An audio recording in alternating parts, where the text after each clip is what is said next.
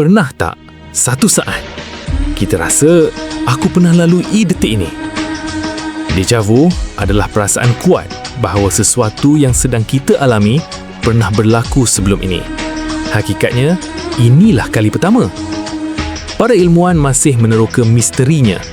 Minda, memori, masa, semuanya cuba dijelaskan. Namun, jawapannya masih kesamaran.